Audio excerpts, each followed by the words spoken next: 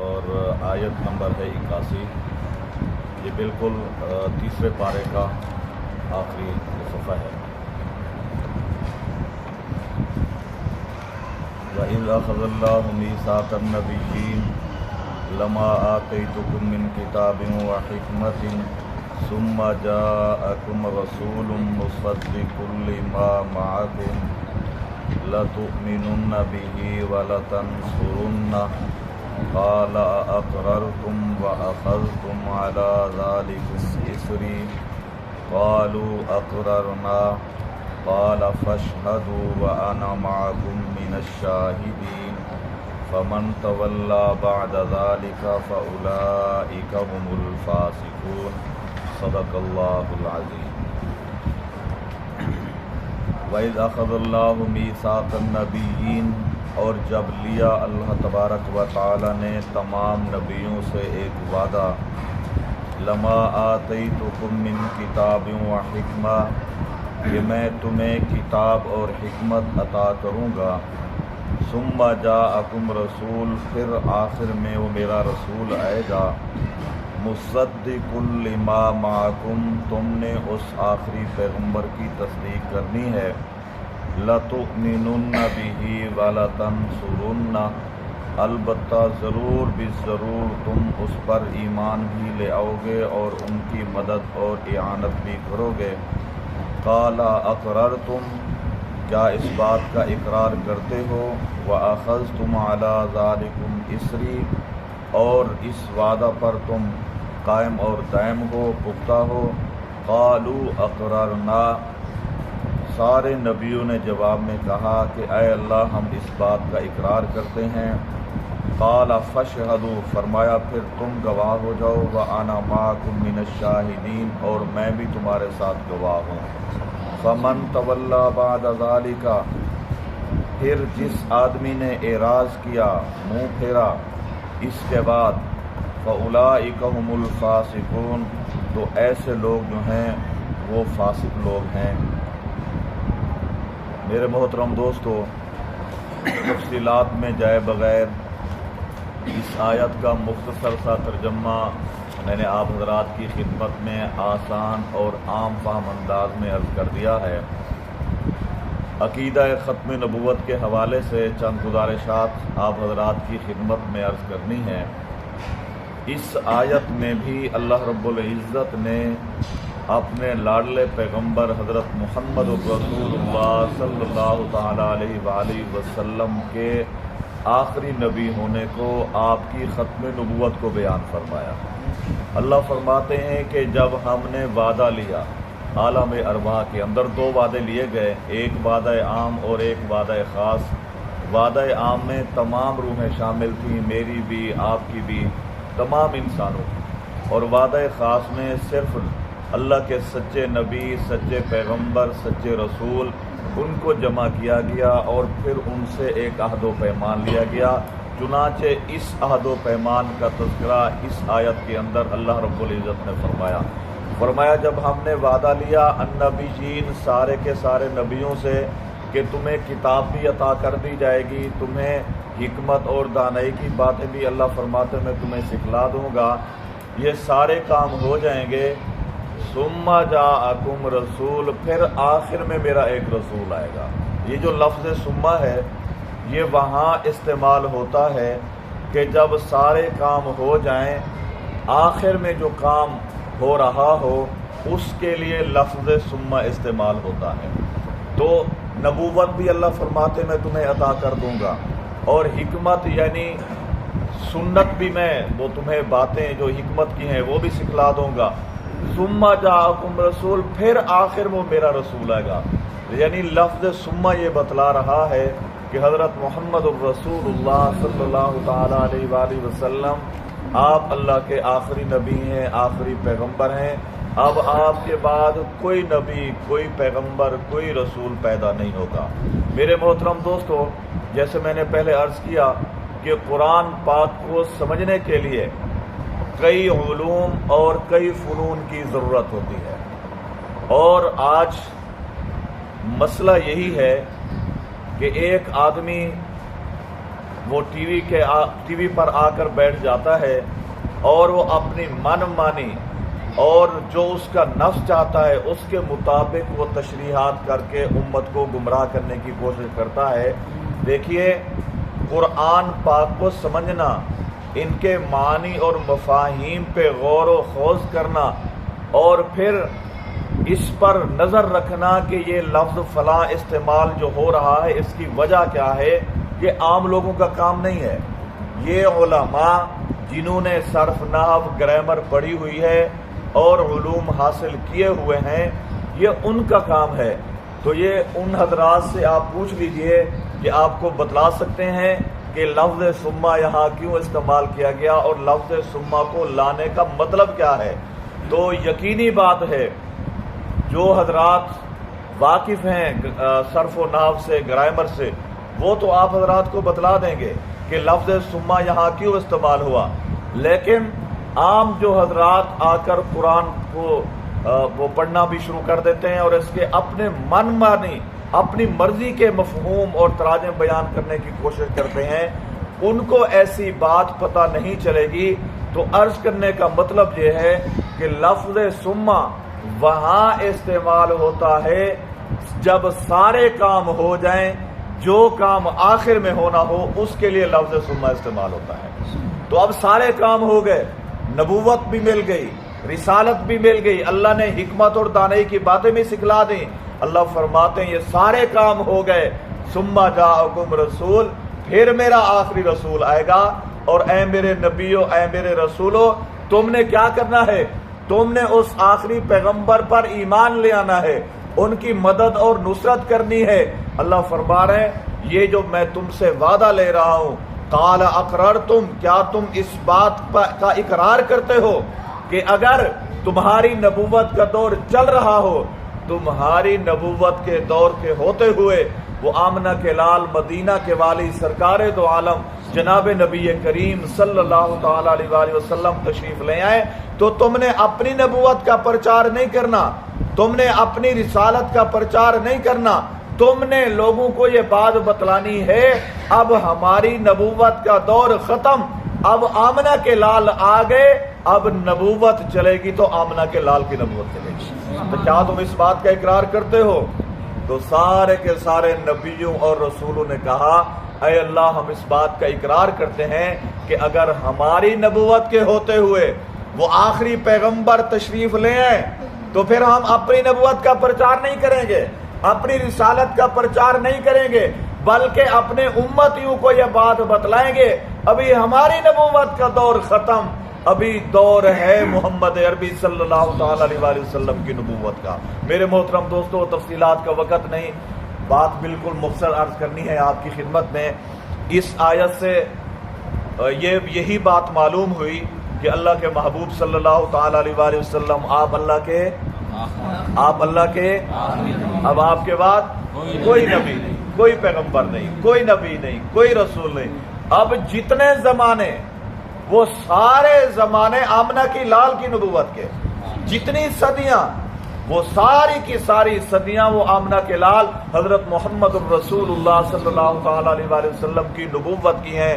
میرے محترم دوستو، اس طرح کی 100 آیات ہیں کہ جن میں یہ بات اللہ رب العزت نے پوری وضاحت کے ساتھ بیان فرما دی کہ آقا نامدار حضرت محمد الرسول اللہ صلی اللہ تعالی علیہ وآلہ وسلم آپ اللہ کے آخری نبی ہیں، اب آپ کے بعد کوئی نبی نہیں۔ میرے محترم دوستو، حدیث پاک کے اندر ابھی ہمارے رائے صاحب، ہم تو ان کو بڑے عرصے سے جانتے ہیں اور ختم نبوت کے حوالے سے ماشاءاللہ ان کی بڑی خدمات ہیں، یہاں آپ حضرات کو نہیں پتا، یہ جب عدالتوں میں کھڑے ہوتے ہیں اور پھر یہ بالکل آپ کے قریب ماڈل ٹاؤن ہے، بالکل آپ کے قریب ماڈل، میں دور نہیں جاتا، یہ آپ کے قریب ماڈل ٹاؤن ہے۔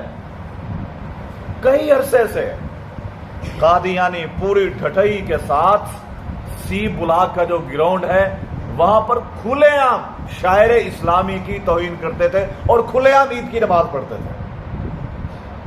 اللہ نے کرم کیا، چند نوجوان وہاں اٹھے اور رائے صاحب کی سرپرستی میں اور پھر وہاں کیس چلا. اللہ نے کرم کیا کہ کئی سال سے جو قادیانی اسلامی شاعر کی توہین کر رہے تھے، ان حضرات کی محنت اور کوشش کی وجہ سے اللہ نے کرم کیا کہ شاعر اسلامی محفوظ ہو گئے اور قادیانیوں کو کھلے عام عید کی نماز پڑھنے سے روک دیا گیا. یہ بہت بڑا کام ہوا ہے ماڈل ٹاؤن سوسائٹی کے اندر. یہ کوئی چھوٹا کام نہیں ہے کہ قادیانی کھلے عام، کوئی روکنے والا نہیں، کوئی ان سے پوچھنے والا نہیں. باقی تو ہمارے رائے صاحب بہت اچھی طرح جانتے ہیں. ہمارے ہاں ایک دو جملے چلتے ہیں کہ جی آئین کی پاسداری ہونی چاہیے، آئین پر مکمل عمل درآمد ہونا چاہیے. آپ یہ سنتے رہتے ہیں نا، مختلف لوگ کہتے ہیں کہ آئین پر عمل درآمد ہونا چاہیے، آئین کی پاسداری ہونی چاہیے. لیکن یہ صرف خارج جملے ہیں. قادیانی ان کے لیے کوئی آئین نہیں. وہ جیسے مرضی چاہے آئین شکنی کرتے رہے، آئین پاکستان کی دھجیاں اڑاتے رہے، ان سے کوئی پوچھنے والا نہیں. پاکستان کا آئین یہ کہتا ہے کہ کوئی قادیانی اسلامی شاعر کو استعمال نہیں کر سکتا. کلمہ پڑھنا، قرآن پاک، اذان دینا اور اپنی عبادت گاہیں جو ہماری مساجد ہیں یہ مسلمانوں کی ہیں.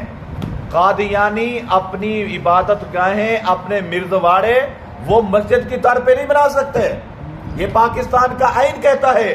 باقی تو حضرت رائے صاحب فرمائیں گے، لیکن اتنی بات تو آپ کی خدمت میں ضرور عرض کروں گا. ان سے پوچھ لیجیے گا، ماشاءاللہ ماہر قانون ہے. پاکستان کی آئین کی جو شق ہے 298C اور 298B، اس کے مطابق آئین نے یہ پابند کر دیا ہے کہ کوئی قادیانی اسلامی شاعر میں سے کوئی اسلامی شاعر استعمال نہیں کر سکتا.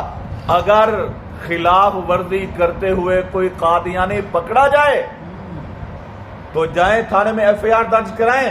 اور پھر اس کی سزا کتنی ہے؟ 3 سال سزا بھی ہے اور جرمانہ بھی ہے. 3 سال سزا بھی ہے اور جرمانہ بھی ہے. لیکن افسوس کی بات یہ ہے کہ جنہوں نے آئین پہ عمل درآمد کرانا ہے ان کو آئین کا پتہ ہی نہیں. آپ کسی پولیس اسٹیشن پہ چلے جائیں، SHO سے جا کے پوچھیں، ان کو ان شکو کا نہیں پتا. جب ہمارے وکلاء مجاہدین ختم نبوت کے وکلاء جاتے ہیں، ان کو سمجھاتے ہیں، تب ان کو سمجھ آتی ہے. ورنہ ان کو کوئی پرواہ نہیں. قادیانی چاہے جو مرضی کرتے رہیں، اسلامی شاعر کا مذاق اڑاتے رہیں، کھلم کھلا عید کی نمازیں پڑھتے رہیں، اپنی عبادت گاہوں پر مینار بناتے رہیں اور کلمہ طیبہ قرآنی آیات لکھتے رہیں اپنے گھروں پر. ان کو کوئی پرواہ نہیں کہ اسلام کی توہین ہو رہی ہے، شاعر اللہ کی توہین ہو رہی ہے. تو اس لیے میرے محترم دوستوں، بات کہیں اور نکل جائے گی، لیکن میں اتنی بات ضرور عرض کروں گا کہ کسی بھی قادیانی کو ہمارا آئین یہ حق نہیں دیتا کہ وہ ہمارے اسلامی شاعر استعمال کریں. آج کل کہتے ہیں جی آئین نے ہر ایک کو حقوق دیے ہیں. ہم یہ بات ضرور مانتے ہیں کہ آئین میں کے اندر عیسائیوں کے بھی حقوق ہیں، سکھوں کے بھی حقوق ہیں، ہم ان کے انکاری نہیں ہیں. آج تک پوری دنیا میں ماشاءاللہ آپ پڑھے لکھے دوست بیٹھے ہیں، آج تک کسی عیسائی نے اپنے آپ کو مسلمان کہا ہے؟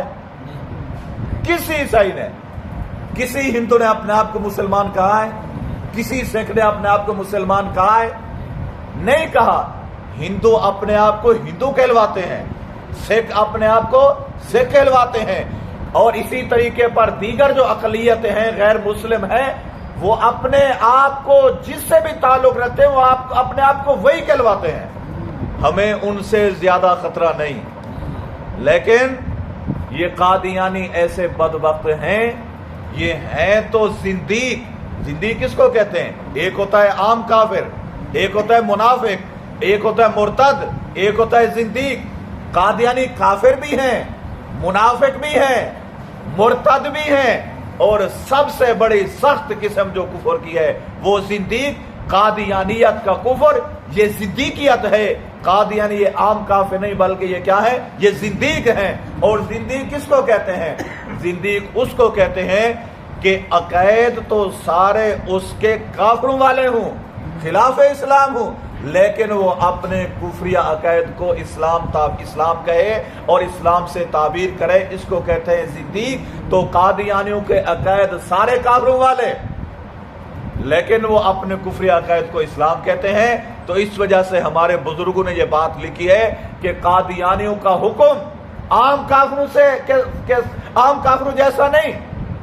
عام کافروں کے ساتھ کسی طرح پر کسی حد تک ہمیں لین دین تجارت کاروبار کرنے کی اجازت ہے، لیکن قادیانی چونکہ عام کافر نہیں، یہ مرتد اور زندیق ہے، ان کے ساتھ کسی قسم کا لین دین تجارت کرنا، میل جول کرنا، تعلقات رکھنا، شادی بیاہ کرنا، ان کے ساتھ غمخواری کرنا، یہ تمام مکاتب فکر کے مفتیان کا، بریلوی، دیوبندی، اہل حدیث، جماعت اسلامی، سب کا یہ متفقہ فیصلہ ہے، فتویٰ ہے کہ قادیانیوں کے ساتھ کسی قسم کا لین دین اور تجارت کرنے کی اجازت نہیں ہے.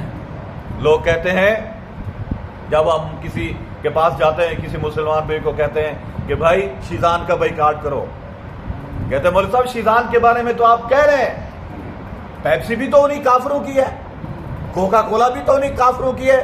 تو میں پھر ان سے درخواست کرتا ہوں، آج کل کسی پیپسی بنانے والے نے آج تک اپنے آپ کو مسلمان کہا ہے؟ بولو نا یار، ماشاءاللہ پڑھے لکھے حضرات بیٹھے ہو. پیپسی بنانے والوں نے اپنے آپ کو مسلمان کہا ہے؟ وہ یہودی ہے، وہ اپنے آپ کو کہتے ہیں ہم یہودی ہیں. لیکن شیزان بنانے والے وہ اپنے آپ کو کافر سمجھتے ہیں یا اپنے آپ کو مسلمان کہتے ہیں؟ یہ قادیانی شیزان بنانے والے، یہ جو اس کا مالک تھا شاہ نواز، یہ شاہ نواز بدبخت 40 مختلف زبانوں میں تحریف شدہ قرآن پاک کا اس نے ترجمہ شائع کیا اور پھر اندرون بیرون تقسیم کیا. اور پھر لندن کے اندر ایک تقریب منعقد کی گئی تو کسی نے پوچھا کہ آپ کی کمپنی اتنی زیادہ کیوں چلی؟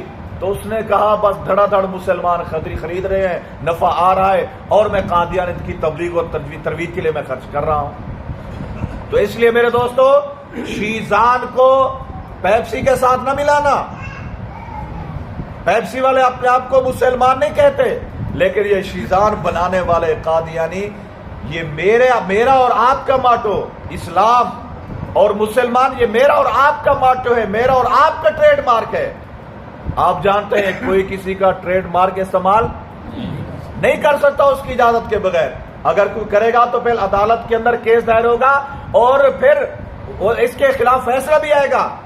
تو جب کوئی بھی کسی کمپنی کا ٹریڈ مارک، اس کا لوگو، اس کا ماٹو استعمال نہیں کر سکتا، اسلام اور مسلمان، ہم مسلمانوں کا یہ لوگو ہے، ہم مسلمانوں کا یہ ماٹو ہے، ہم مسلمانوں کا یہ ٹریڈ مارک ہے، تو ہمارا مسلمانوں کا ٹریڈ مارک ہم کسی قادیانی کو استعمال کرنے کی اجازت دیں گے؟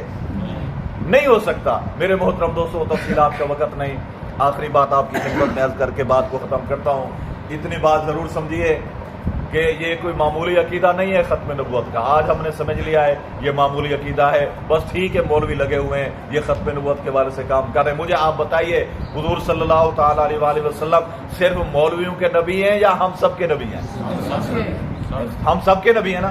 اچھا، صرف بریلویوں کے نبی ہیں یا دیوبندیوں کے نبی بھی ہیں؟ سب کے ہیں نا. یہ ایک تفریق آ گئی.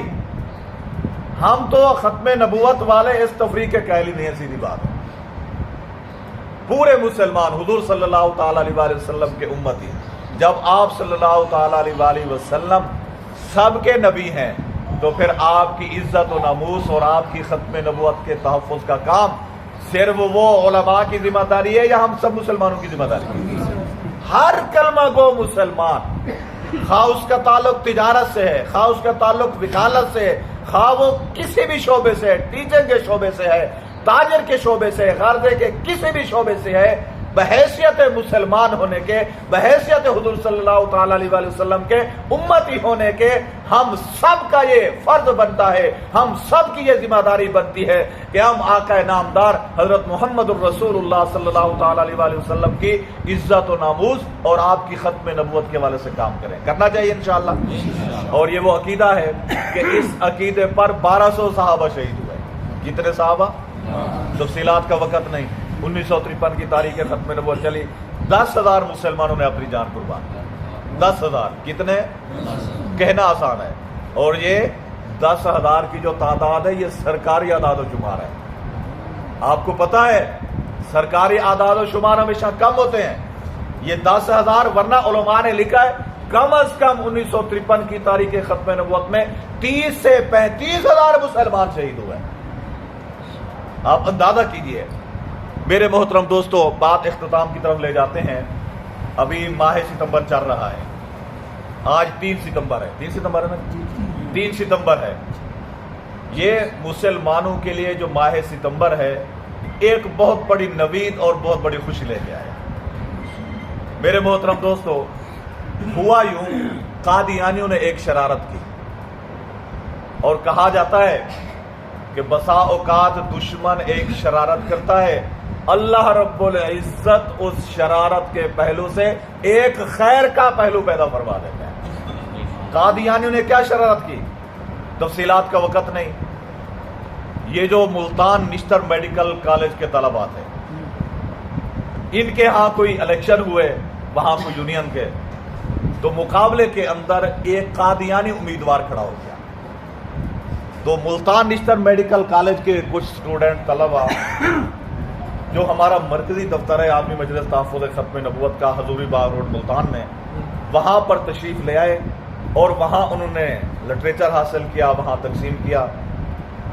اور یہاں ایک بات آپ کی خدمت میں عرض کرتا جاؤں، قادیانیوں نے ایک رپورٹ شائع کی، اور اس رپورٹ کے اندر انہوں نے لکھا ہے کہ یہ جو بڑے بڑے اجتماعات، بڑے بڑے کانفرنسیں ہوتی ہیں چناب نگر میں یا دوسرے پاکستان کے شہروں میں، یہ سب سے زیادہ ہمارے لیے خطرناک ہے۔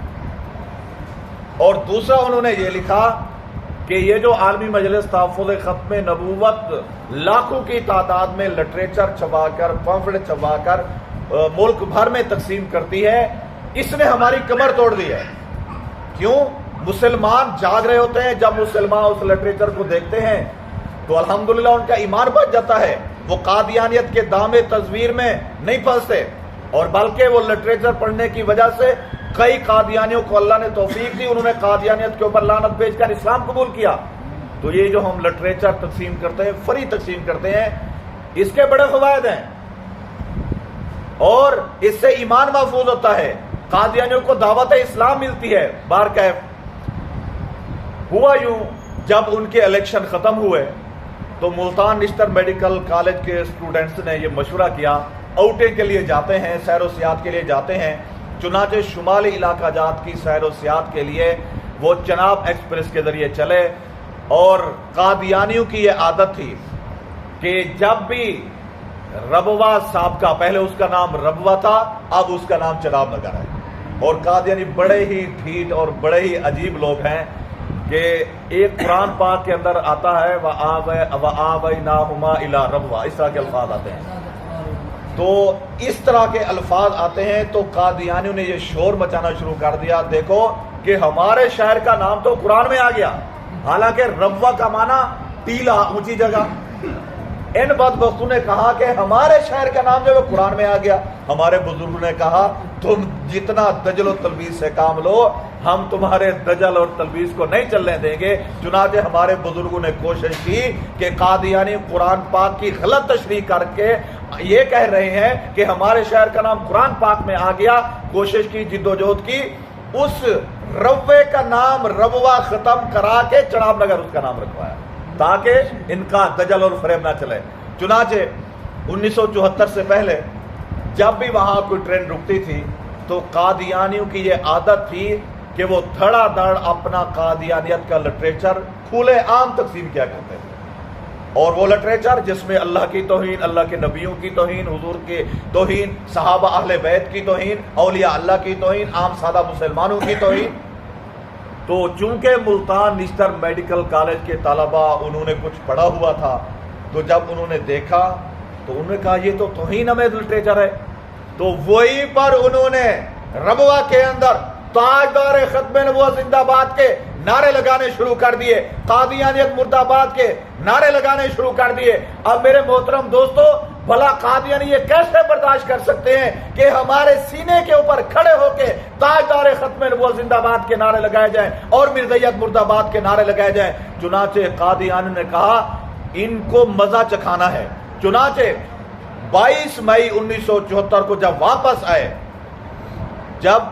اور پھر یہ جو چناب نگر کا ریلوے اسٹیشن، اس کے قرب و جوار کے تقریباً 9 اسٹیشن، ان 9 اسٹیشن کے اسٹیشن ماسٹر وہ قادیانی تھے۔ اس بات سے آپ اندازہ لگائیں کہ قادیان نے کتنی پلاننگ کی ہوگی، کتنا منصوبہ بندی کی ہوگی۔ چنانچہ پوری منصوبہ بندی انہوں نے کی۔ جب ٹرین واپسی پہ آئی اور چناب نگر میں رکی، ٹرین کے اسی ڈبے کے اندر داخل ہوئے جس ڈبے کے اندر ملتان نشتر میڈیکل کالج کے طلباء موجود تھے۔ ان پر ظلم و تشدد کیا، ان کو مارنا پیٹنا شروع کیا۔ کیوں کیا بھائی؟ ختم نبوت زندہ باد کے نعرہ لگانے کی پاداش میں ان پر ظلم و تشدد کیا گیا۔ اب قادیانوں نے شرارت کی، اللہ نے خیر کا پہلو یہ پیدا کیا کہ یہ تاریخ جو ہمارے ممبر و محراب چوک و چوراہوں میں چل رہی تھی، اب ممبر و محراب چوک اور چوراہوں سے نکل کر پاکستان کی قومی اسمبلی میں پہنچ گئی۔ میرے محترم دوستو، 13 دن بحث ہوئی۔ کتنے دن؟ 13۔ اس کو پڑھا کریں، یہ معلوماتی باتیں ہیں۔ ویسے تو آج کل الحمدللہ اللہ نے کرم کیا، آفیشل جو کاروائی ہے 1974 کی، وہ الحمدللہ آپ حضرات کی جماعت عالمی مجلس تحفظ ختم نبوت نے کئی ایڈیشن اردو ترجمے کے ساتھ شائع کیے ہیں، اور الحمدللہ اکثر لائبریریوں میں وہ موجود ہے۔ آپ اس کو پڑھیں، اتنی موٹی موٹی 5 جلدیں، بالکل آپ کے قریب ہمارا دفتر ہے مسلم ٹاؤن میں، جامع مسجد عائشہ، وہاں سے آپ لے سکتے ہیں، اس کا مطالعہ کریں۔ ایک دور تھا، اور رائے صاحب گواہ اس چیز کے، کہ قادیانی کہا کرتے تھے کہ 1974 کی کاروائی اگر اوپن ہو جائے تو آدھے سے زیادہ پاکستان وہ قادیانی ہو جائے گا، یہ قادیانی کہا کرتے تھے۔ لیکن اللہ نے کرم کیا، اوپن ہوئی۔ کوئی ایسا فرد مسلمانوں میں سے نہیں جو پڑھ کر قادیانی ہوا ہو۔ ہاں یہ ضرور ہے کہ کئی قادیانی وہ قومی اسمبلی کی کاروائی پڑھ کے الحمدللہ اللہ نے ان کو توفیق دی، انہوں نے قادیانیت کے اوپر لعنت بھیج کر اسلام قبول کر لیا۔ میرے محترم دوستو، 13 دن بحث ہوئی۔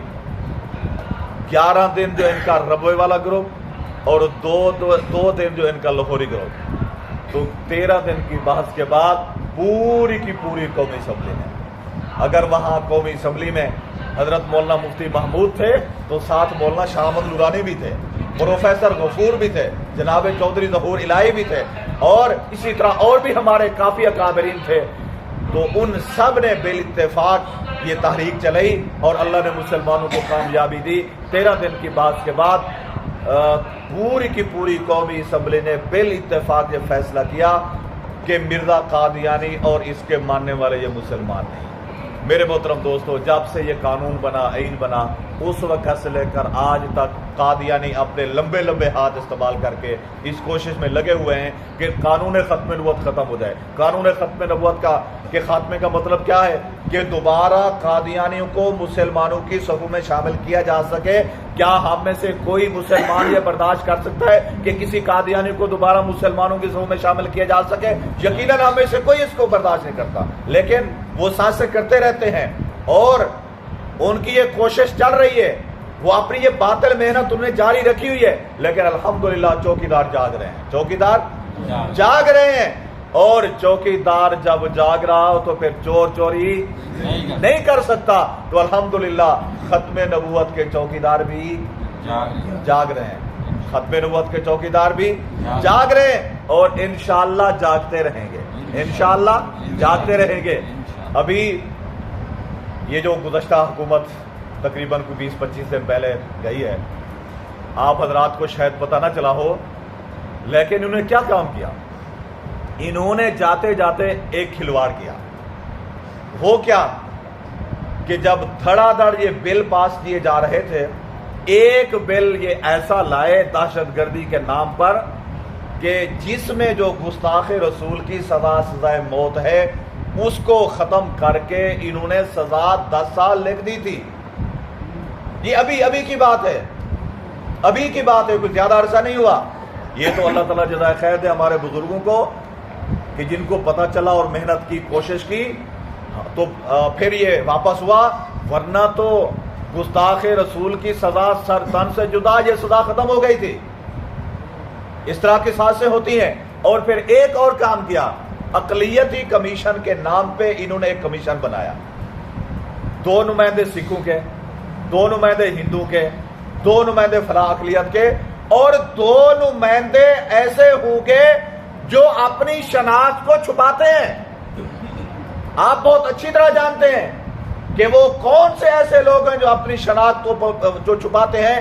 یقینی بات ہے، ہم سب جانتے ہیں جو اپنی شناخت کو چھپاتے ہیں وہ کون ہے؟ قادیانی۔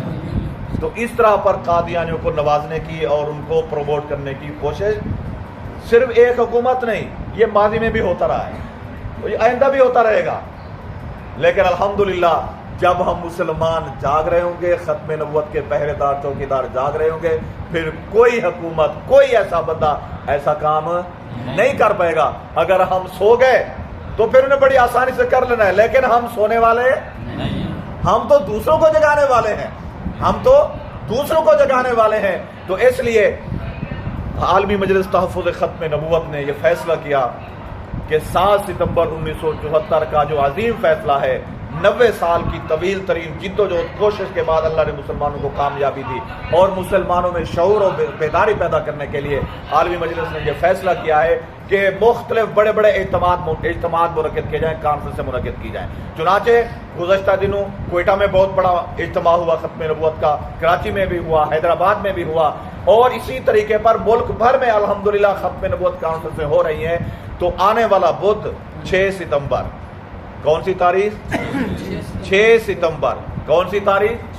6 ستمبر بروز بدھ، مغرب کی نماز کے بعد کوئی لمبی چوڑی آپ کو مسافت طے نہیں کرنی پڑے گی، کوئی آپ کو بہت زیادہ سفر کی صعوبتیں برداشت نہیں کرنی پڑے گی۔ یہ بالکل آپ کے قریب وحدت روڈ ہے، تھانہ وحدت کالونی کے سامنے ایک بہت بڑا گراؤنڈ ہے جس کو کرکٹ گراؤنڈ کہا جاتا ہے، وہاں پر 6 ستمبر بروز بدھ مغرب کی نماز کے بعد ایک عظیم الشان ختم نبوت کانفرنس منعقد ہو رہی ہے۔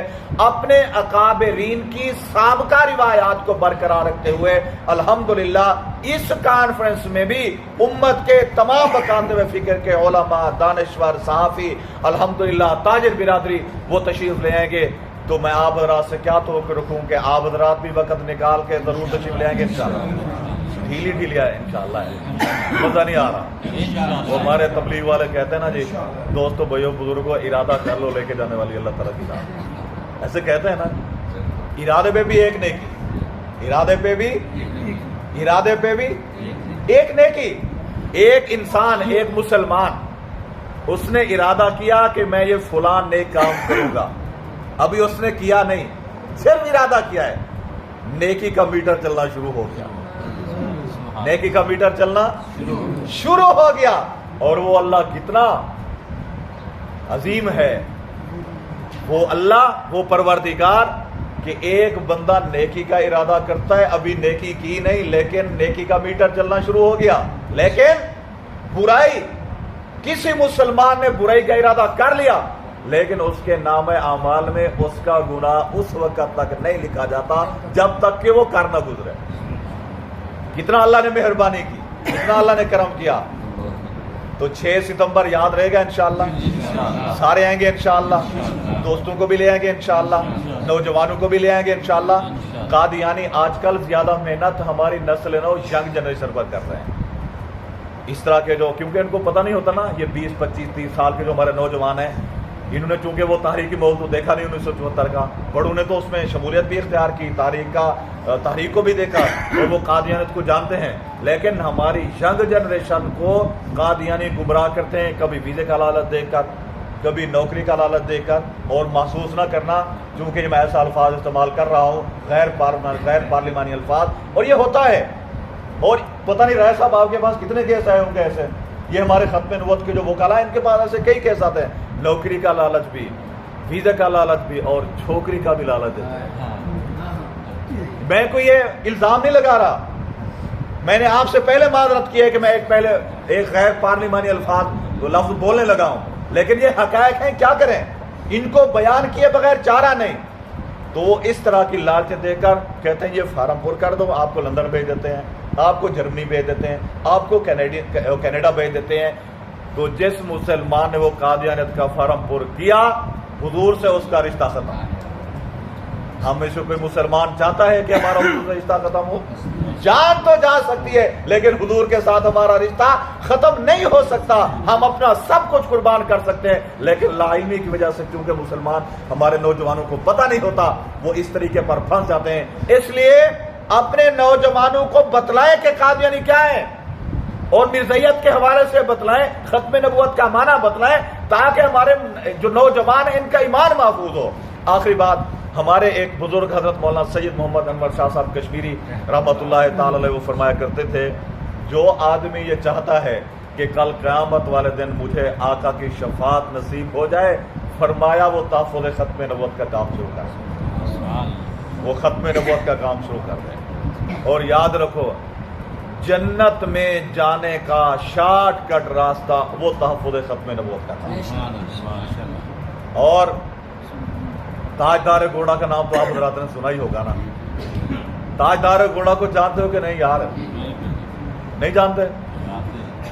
حضرت سید پیر میر علی شاہ صاحب رحمۃ اللہ علیہ، کون نہیں جانتا ہے ان کو؟ کتنے میرے علی، کتنے تیری سنا، گستاخ اکیاں، کتنے جاڑیاں، یہ وہ ہیں، اور یہ کوئی معمولی ہستی نہیں تھے۔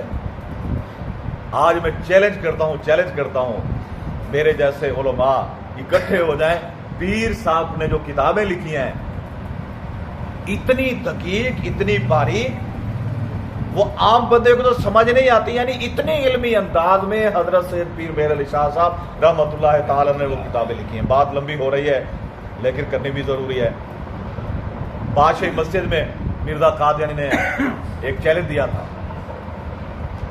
اور یہ بھی کہا تھا کہ میں بھی ایک تفسیر لکھتا ہوں، تم بھی ایک تفسیر لکھو۔ حضرت پیر صاحب نے چیلنج قبول کیا۔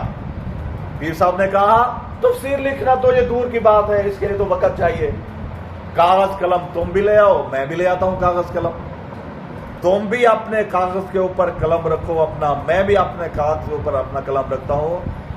جس کے کاغذ کے اوپر جس کا قلم خود بخود لکھنا شروع ہو گیا وہ سچا، جس کا لکھنا نہ شروع ہوا وہ جھوٹا۔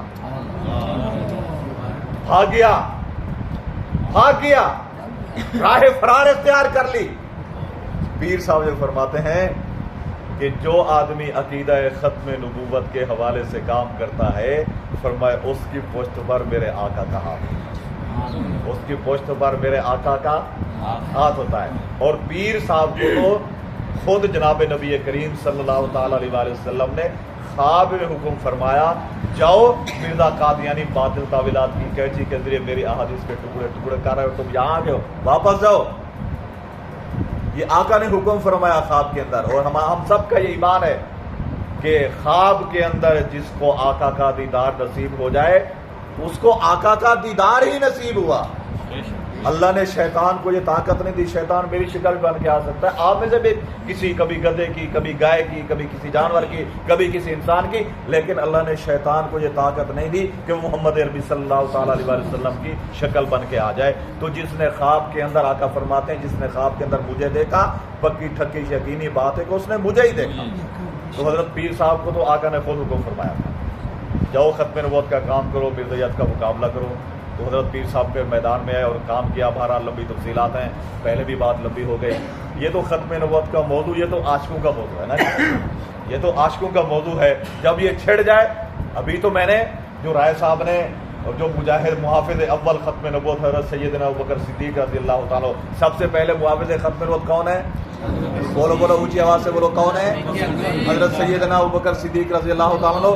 یہ اگرچہ سرائکی زبان کے اندر تھی، ممکن ہے آپ حضرات کو سمجھ نہ آئی ہو۔ یہ جو دیوان کمتر ہے، یہ دیوان کمتر، یہ جو شاعر ہیں بہت بڑے عظیم شاعر تھے، اور ممکن ہے آپ کو سمجھ نہ آئی، چونکہ ہماری تو وہ بولی ہے نا جی سرائکی۔ اچھا، تو اتنی خوبصورت اور پورا ہجرت کا واقعہ چند شاعر جو شعر ہیں ان کے اندر انہوں نے جمع کر دیا۔ اور پھر حضور سے محبت دیکھو کہ کالا ڈس رہا ہے، اپنے پاؤں کو حرکت نہیں دی، یہ ہوتی ہے محبت، یہ ہوتا ہے پیار۔ پتہ نہیں، پھر میں کئی مرتبہ کہہ چکا ہوں، 2-3 مرتبہ پہلے بھی کہہ چکا ہوں، آخری بات آپ کہیں کہ پتہ نہیں مولوی صاحب سے آخر آ ہی نہیں رہا۔ معذرت کے ساتھ، حضرت سیدنا ابوبکر صدیق رضی اللہ تعالیٰ عنہ، آپ کے والد گرامی حضرت ابو قحافہ اس وقت مسلمان نہیں ہوئے تھے، کلمہ نہیں پڑھا تھا۔ آپ صلی اللہ تعالیٰ علیہ وآلہ وسلم کی شان اقدس کے اندر گستاخی کر ڈالی، ناشائستہ نازیبہ الفاظ استعمال کر لیے۔ حضرت سیدنا ابوبکر صدیق رضی اللہ تعالیٰ کو پتہ چلا، حضرت سیدنا صدیق اکبر رضی اللہ تعالیٰ عنہ نے اپنے باپ کو تھپڑ مار دیا۔ یہ حقیقت ہے. تو معاملہ گیا حضور صلی اللہ تعالیٰ علیہ وآلہ وسلم کے پاس. آپ صلی اللہ تعالیٰ علیہ وآلہ وسلم نے بلوایا, صدیق تم تو بڑے نرم دل ہو, بڑے حلیم الطبع ہو, بڑے حوصلے والے ہو. کہتے ہیں ارحم امتی امتی بھی ابو بکر, سب سے زیادہ رام نرم دل وہ کیا ہے حضرت ابو بکر ہیں. تو آپ کو کیا ہوا, آپ نے اپنے باپ کو تھپڑ مار دیا. تو حضرت سیدنا ابو بکر صدیق رضی اللہ تعالیٰ کہنے لگے اے اللہ کے محبوب, حوصلہ یہ نہیں ہے کہ میرے سامنے آپ کی گستاخی ہے اور صدیق خاموش ہو جائے, یہ نہیں ہو سکتا. اور بلکہ آگے ایک جملہ ارشاد کہا حضرت سیدنا ابو بکر صدیق رضی اللہ تعالیٰ عنہ نے. حضرت صدیق کے اوپر کہنے لگے اے اللہ کے محبوب, اس وقت تو میرے پاس تلوار نہیں تھی, اس وقت میرے پاس تلوار نہیں تھی. لو کان سیفا قریبا منی لضربتہ, اگر میرے پاس اس وقت تلوار ہوتی تو میں اپنے باپ کا ساری قلم کر دیتا, صرف اس وجہ سے کہ آپ کی گستاخی کی ہے. اللہ تعالیٰ ہمیں بھی ایسا جذبہ عطا فرما دے, اللہ تعالیٰ ہمیں بھی ایسا ایمان عطا فرما دے. ہمارے ختم نبوت دفتر کے سامنے آپ تو جانتے ہوں گے حضرت مولانا شاہ محمد صاحب جامعہ قاسمیہ والے ہمارے بڑے بزرگ تھے, وہ فوت ہو گئے اس کا چند سال پہلے, بڑے اللہ والے تھے. وہ ایک جملہ ارشاد فرمایا کرتے تھے, فرماتے تھے بھائیو اصل مسلمان اور ایمان والے تو وہ صحابہ ہی ہیں. اصل ایماندار اصل مسلمان کون ہے, وہ صحابہ ہی. ہم تو نام کے مسلمان ہیں, وہ ایسے مسلمان کہ آقا کے ایک ایک اشارے پر اپنا سب کچھ قربان کر دیا. بارکیف کون سی تاریخ کو وحدت روڈ پہ آنا ہے آپ حضرات نے, کس وقت؟ سارے آئیں گے انشاءاللہ, دوستوں کو بھی لے آئیں گے انشاءاللہ. اللہ تعالیٰ سے دعا ہے اللہ تعالیٰ ہم سب کو توفیق دے کہ ہم عقیدہ ختم نبوت کے بارے سے کام کریں اور اس کام میں شامل ہوں.